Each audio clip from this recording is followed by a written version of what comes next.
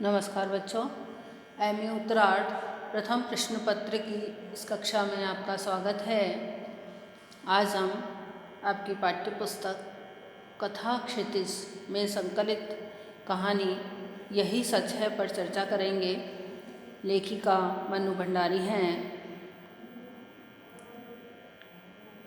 कहानी पर चर्चा करने से पूर्व मनु भंडारी का साहित्यिक परिचय हम प्राप्त करेंगे। मनु भंडारी का जन्म मध्य प्रदेश के भानपुरा नामक स्थान पर 3 अप्रैल 1931 को हुआ था। साठोत्तरी कथाकारों में मनु भंडारी का सर्वश्रेष्ठ स्थान है। इन्होंने अनेक उपन्यास, कहानी, नाटक और बाल साहित्य की रचना की है। मनु भंडारी की प्रमुख रचनाएं हैं आपका बंटी, महाभोज, 1 इंच मुस्कान, स्वामी। ये उपन्यास हैं। और आपकी कहानियों में 3 निगाहों की एक तस्वीर, यही सच है, 1 प्लेट सैलाब, मैं हार गई और त्रिशंकु कहानी संग्रह है। बिना दीवारों के घर भी मनु जी का महाभोज उपन्यास का नाट्य रूपांतर है। और कलवा उपन्यास जो कि 1981 में प्रकाशित हुआ, यह बाल साहित्य के अंतर्गत आता है। और आस माता 1981 में प्रकाशित एक उपन्यास है। और आंखों देखा झूठ भी एक कहानी है। तो बच्चों, बात करते हैं हम यही सच है कहानी की। यही सच है कहानी पर एक फिल्म भी बन चुकी है, रजनीगंधा। तो यही सच है कहानी एक ऐसी नारी की कहानी है जो भोली है, प्रेम के अंतर्द्वंद में फंसी हुई है। उसका बचपन में प्रेम हो जाता है और उस प्रेम को वह सच मानती है। जब उसे वह सच मानती है तो वह ये सोचती है कि यही सच है। लेकिन जब उस प्रेम में उसको एक तरह से कहना चाहिए कि धोखा मिलता है, तो वह संजय से प्रेम करने लगती है। और जब संजय से प्रेम करने लगती है तो फिर उसे ऐसा लगता है कि अब वह सच नहीं था, यही सच है। तो यहाँ पर इसी ऊहापोह को दिखाया गया है। और एक नारी के मन की भावना जिसे कि वह जीती है तो पूरी तरह उसी के लिए जीती है, इस बात को बताया गया है। कहानी का प्रारंभ कानपुर से होता है। कानपुर में वह संजय के साथ रह रही होती है। इस कहानी की नायिका दीपा संजय के साथ रहती है। और संजय की आदत है कि वह हमेशा जो समय तय समय होता है, जो समय बताता है, उससे घंटे 2 घंटे देरी से ही आता है। यानी उसके स्वभाव से वह उससे बहुत प्रेम करती है और उस प्रेम को ही वह अपना सच्चा प्रेम मानती है। पहले के प्रेम को वह झूठा प्रेम मानती है। वो कहती है कि वह सच नहीं था, यही सच है। किंतु उसे उसकी कुछ बातों से तकलीफ भी होती है, जैसे उसका देर से आना। और देर से जब वह आता है तो वह एक सामान्य एक भावुक नारी की भांति जो समय वह बताता है, उसको पता है कि हमेशा वह नियत समय से विलंब से ही आता है, लेकिन उसके बावजूद भी वह जो समय बताता है उसी क्षण से वह प्रतीक्षा करने लगती है। और उस क्षण से प्रतीक्षा करने के कारण वह लाख कोशिश करने के बाद भी उसका मन किसी और काम में नहीं लग पाता है। तो वह मन ही मन सोचती है कि संजय यह क्यों नहीं समझता है कि मेरा भी अपना समय है, मेरा भी समय बहुत महत्वपूर्ण है। क्योंकि वह पढ़ रही होती है, थीसिस लिख रही होती है और उसे लगता है कि थीसिस पूरी करने के लिए मुझे पूरा समय पढ़ाई में ही लगाना चाहिए। लेकिन यह बात संजय के समझ में नहीं आती है और वह हमेशा उससे कहते हैं उससे ज़्यादा विलंब से ही आता है। संजय की आदत होती है, एक बार उसने नायिका दीपा ने एक बार कह दिया था कि मुझे रजनीगंधा के फूल बहुत पसंद हैं। और जैसे ही उसने ये कह दिया तो रजनीगंधा के ढेर सारे फूल लिए हुए संजय मुस्कुराता हुआ दरवाजे पर आ गया। और तब से उसने यह नियम बना लिया कि हर चौथे दिन ढेर सारे फूल ला करके उसके कमरे में लगा देता था। और अब तो धीरे धीरे ऐसा लगता है कि मानो दीपा को भी इस बात की आदत हो गई थी कि यदि रजनीगंधा के फूल कमरे में न रहें तो ना तो पढ़ने में मन लगता है और न सोने में मन लगता था। उसे ऐसा लगता था कि जैसे रजनीगंधा के फूल संजय की उपस्थिति का आभास करा रहे हैं। वह आराम से वहाँ पर संजय के साथ रह रही होती है, लेकिन उसी समय उसका कलकत्ता से एक इंटरव्यू के लिए पत्र आता है, बुलावा पत्र आता है और इंटरव्यू के लिए वह जाने के लिए विचार करती है। संजय से भी वह कहती है कि तुम मेरे साथ चलो, लेकिन संजय उसके साथ जाने के में अपनी असमर्थता जाहिर करता है, क्योंकि उसे ऑफिस से छुट्टी नहीं मिल पाती है। कई बार संजय उसे अपने पुराने प्रेम, जो कि निशीथ से उसका प्रेम था, उसकी भी याद दिला देता है, लेकिन वह हमेशा यही कहती है कि इस तरह की बातें तुम मत किया करो। तो यहाँ पर जब उसका इंटरव्यू के लिए कॉल लेटर आता है तो वह कहती है कि ये कलकत्ता तो एकदम नई जगह है और वहाँ तो मैं इरा को छोड़ करके किसी को भी नहीं जानती हूँ, और उन लोगों से कोई जान पहचान हो तो बात दूसरी है। वह असहाय होकर के कहती है। फिर संजय कहता है, वह उसके चेहरे पर नज़र गड़ाकर पूछता है कि निशित भी तो वहाँ है। उसका उत्तर दीपा देती है कि होगा, मुझे क्या करना है उससे, मैं एकदम, वह इस तरह से जवाब देती है।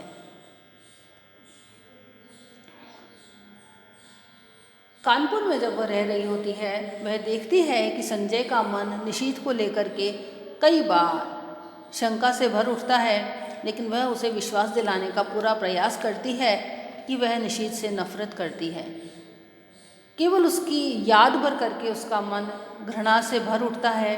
वह इस बात को स्वीकार कर चुकी है कि 18 वर्ष की आयु में किया हुआ प्यार भी कोई प्यार होता है क्या? निरा बचपन होता है, एक पागलपन होता है, उसमें जितना आवेश होता है उतना स्थायित्व नहीं। गति उसमें अवश्य होती है किंतु उसमें गहराई नहीं, और वह जिस वेग से प्रारंभ होता है, झटका लगने पर उसी वेग से टूट भी जाता है, और उसके बाद आहों, आंसुओं और सिसकियों का एक दौर, पूरी दुनिया की निस्सारता और आत्महत्या करने के अनेकानेक संकल्प, और फिर एक तीखी घृणा। जैसे ही जीवन को दूसरा आधार मिल जाता है, उस सब को भूलने में एक दिन भी नहीं लगता।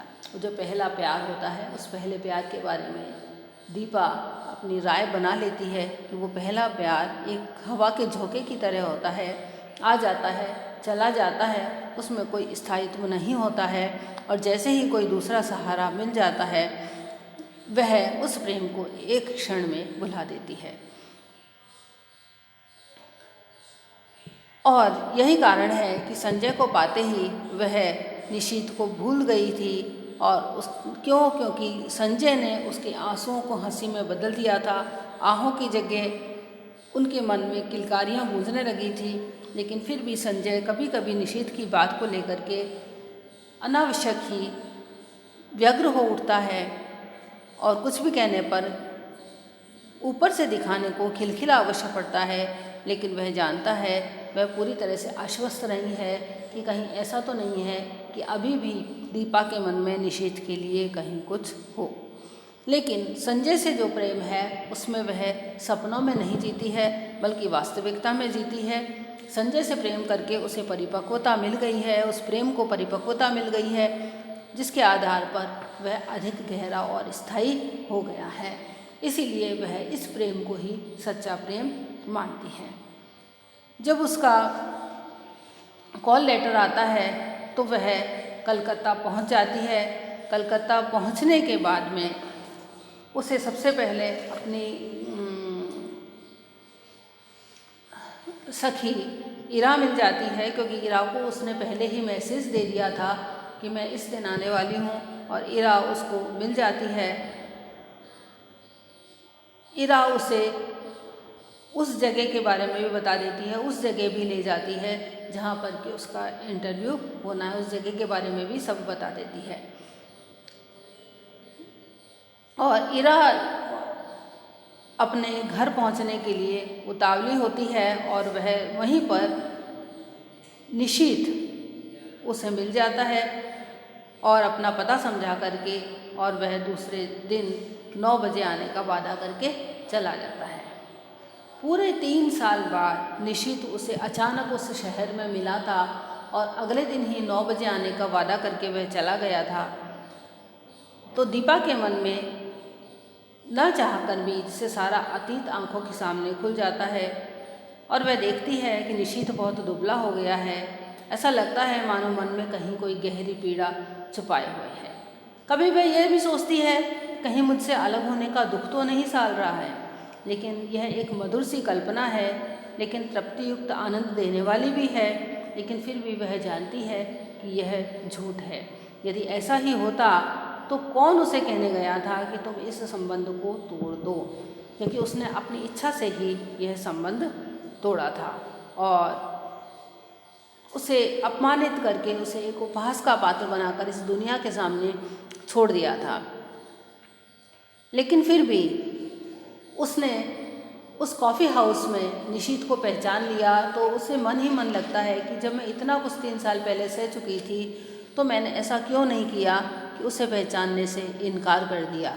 जब वह मेज़ के पास आकर खड़ा हुआ तो मुझे कह देना चाहिए था कि माफ़ कीजिए, मैं आपको नहीं पहचानती हूँ, लेकिन उसने ऐसा कुछ नहीं किया। लेकिन वह मन ही मन सोचती है कि ठीक है, कल जब निशित आएगा तो मैं उसे निश्चित रूप से यह बात बता दूंगी कि मैं जल्दी ही संजय से विवाह करने वाली हूँ और मैं पिछला सब कुछ भूल चुकी हूँ, मैं उससे घृणा करती हूँ, मैं ज़िंदगी भर उसे माफ़ नहीं कर सकती। इस बात को वह सोचती है। अगले दिन निशित समय पर आ भी जाता है। अगले दिन निशित सुबह से शाम तक उसके इंटरव्यू के चक्कर में भटकता रहा। ऑफिस से उसने छुट्टी भी ले ली। उसे लगता है कि यह क्यों मेरे काम में इतनी दिलचस्पी ले रहा है। उसका परिचय बड़े लोगों से है, इसलिए वह भागदौड़ भी कर रहा है, हर तरह की कोशिश कर रहा है कि वह इंटरव्यू में सफल हो जाए। और जब 8:45 बजे के करीब दीपा खिड़की के पास गई तो देखा कि घर से थोड़ी ही दूर पर निशित टहल रहा था। वही उसके लंबे बाल थे, कुर्ता पाजामा पहने हुए था। 9 बजे के लिए कहा था, लेकिन वह समय से पहले ही 8:45 बजे आ गया था। और इसके स्थान पर यदि संजय होता तो 9 की जगह 11 बजे से पहले नहीं पहुंचता, क्योंकि समय पर वह कभी पहुंचता ही नहीं है। यानी उसका मन अनायास ही निशित की संजय से तुलना करने लगा। उसके मन में कहीं न कहीं यह लगने लगा कि वह सच नहीं था, बल्कि यह सच है। जब उसने कलकत्ता आने का मकसद बताया तो उसको लगा कि वह बहुत प्रसन्न है। बैठे बैठे फ़ोन करके उसने नौकरी के संबंध में सारी जानकारी प्राप्त कर ली, कैसे क्या करना होगा इसकी योजना भी बना ली। वहीं बैठे बैठे फ़ोन से ऑफिस में भी सूचना दे दी कि वह कल ऑफिस नहीं आएगा। और उसने जो दिन भर प्रयत्न किए उस दीपा को बहुत उम्मीद हो चली थी और उसे ऐसा लग रहा था कि यह नौकरी उसके लिए बहुत आवश्यक है और यदि यह नौकरी मिल जाए तो संजय कितना प्रसन्न होगा और हमारे वैवाहिक जीवन के प्रारंभिक दिन कितने सुख में बीतेंगे। उसका इंटरव्यू हो गया और इंटरव्यू के बाद उसने देखा, दीपा ने देखा कि मुझसे ज़्यादा वह प्रसन्न था।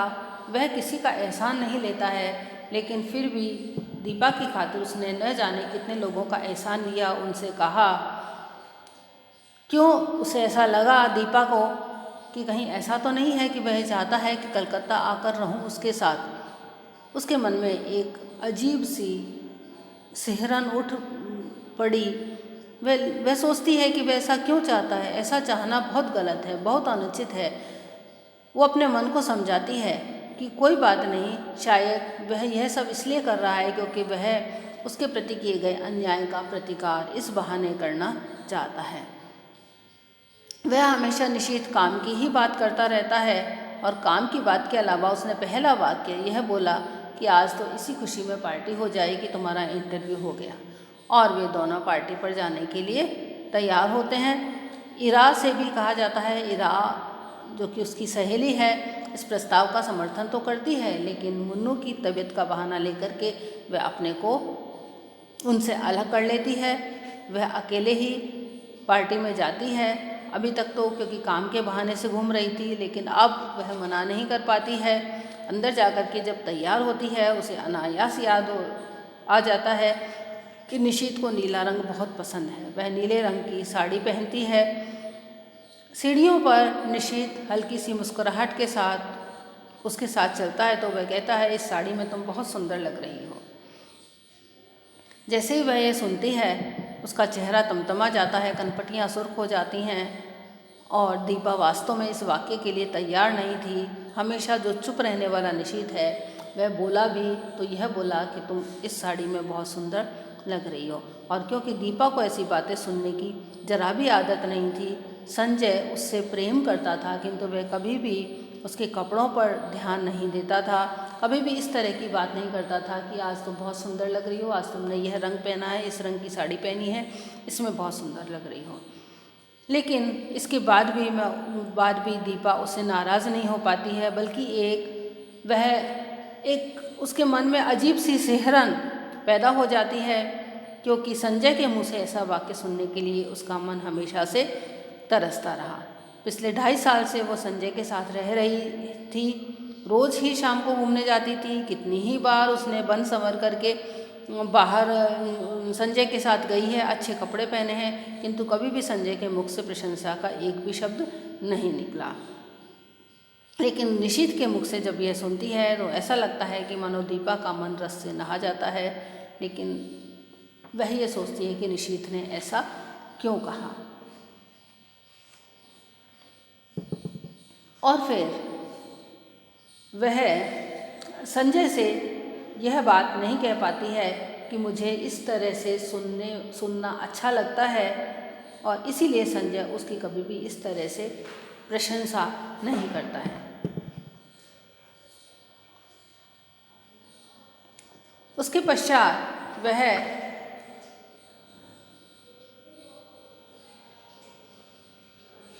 उसके मन में पटना के निशीथ उसे पटना में मिला था, और पटना में जब वो गुजारी हुई सुहानी संध्याएं और चांदनी रातों के चित्र उसके मन में अपने आप उभर आते हैं, जबकि वो घंटों पास बैठ कर के एक दूसरे को निहारा करते थे और बिना स्पर्श किए भी जाने कैसी मादकता तन मन को विभोर किए रहती थी, जाने कैसी तन्मयता में वे डूबे रहते थे, एक विचित्र सी स्वप्निल दुनिया में।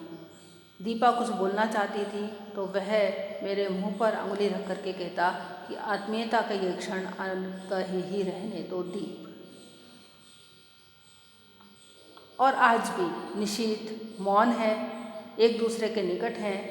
क्या वह सोचने लगती है कि क्या आज भी हम आत्मीयता के उन्हीं क्षणों में गुजर रहे हैं। उसके मन में तूफान उठ जाता है। निशीथ इतनी बार उसे कॉफ़ी हाउस लेकर के गया, होटल में लेकर के गया, कभी उसने उसे बिल नहीं देने दिया, और उसके मन में, दीपा के मन में एक विचित्र सी भावना मन में उठती है कि छीना झपटी में क्या कभी मेरा हाथ इसके हाथ से छू जाए। यानी उसकी एक इच्छा होती है कि कहीं एक हल्का सा भी स्पर्श हो जाए तो वह मन के तारों को झंझना देगा। सोते समय रोज की तरह उस दिन भी वह संजय का ध्यान करते हुए ही सोना चाहती है, लेकिन बार बार निशीथ संजय की आकृति को हटा करके आ खड़ा होता है, और वह अपने आप को यह बता नहीं पाती है, अपने आप को समझा नहीं पाती है कि वह वास्तव में निशीथ से प्रेम करती है अथवा संजय से प्रेम करती है। वह चाहती है कि निशीथ कुछ कहे, लेकिन वह काम की बात के अतिरिक्त और कुछ भी नहीं कहता है। वह यह चाहती है कि निशीथ क्यों नहीं कह देता कि आज भी वह उससे प्यार करता है, तुम सदा उसे अपने पास रखना चाहते हो, जो कुछ हो गया है उसको भूल करके तुम मुझसे विवाह करना चाहते हो। वह सोचती है कि निशीथ ऐसा कह दे, लेकिन वह ऐसा नहीं कहता है। यह सुनने के लिए उसका मन बहुत व्याकुल हो जाता है, और वो यह भी सोचती है कि यदि आज भी निशीथ यह कह दे तो मैं बुरा नहीं मानूंगी, जरा भी बुरा नहीं मानूंगी। मान भी कैसे सकते हो निशीथ, इतना सब हो जाने के बाद भी शायद मैं तुम्हें प्यार करती हूँ, शायद नहीं, सचमुच ही मैं तुम्हें प्यार करती हूँ। यानी वह ऊहापोह में है, लेकिन उसके बाद भी वह इस बात को मानती है कि मैं आज भी उससे प्रेम करती हूँ, कहीं ना कहीं मेरे मन में आज भी उसके लिए प्रेम है। मन में इतनी तीव्र अभिलाषा होते हुए भी निशीथ की जो आवश्यक मीटिंग है उसकी बात सुन करके उसने कहा कि स्टेशन मत आना। उसे छोड़ने के लिए कानपुर जब वे वापस आने वाली थी, इरा उसे गाड़ी पर बिठाने के लिए आई थी, लेकिन उसने गाड़ी पर बिठाते ही कहा कि अब तुम जाओ, क्योंकि उसके मन में कहीं ना कहीं यह था कि निशीथ मना कर दिया लेकिन उसके बाद भी वह अवश्य आएगा। और ऐसा ही हुआ, क्योंकि वह भी यही चाहती थी कि विदा के अंतिम क्षणों में वह निशीथ के साथ अकेली रहे।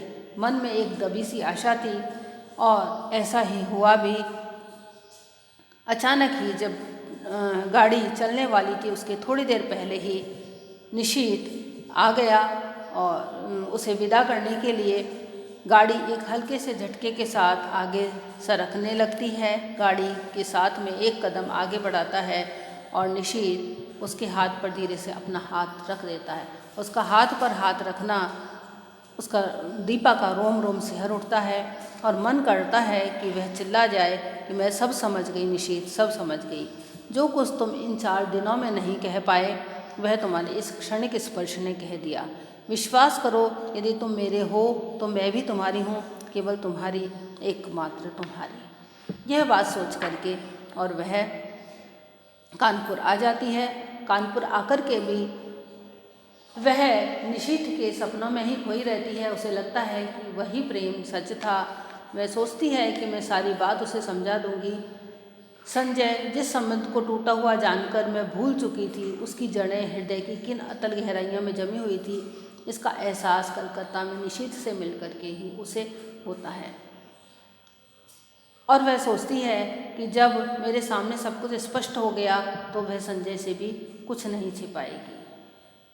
उसके मन में जो प्यार की भावना है वह प्यार की नहीं, केवल कृतज्ञता की है। वह यह सोचने लगती है कि संजय के मन में जो भावना है, यानी वह अपने मन को समझा लेती है कि निशीथ से तो मेरा सच्चा प्रेम है, लेकिन संजय जो मुझसे करता है, ऐसा लगता है कि उसने जो मुझे सहारा दिया, जो प्यार दिया, उसके प्रति मेरी जो भावना है वह प्रेम की न होकर कृतज्ञता की है।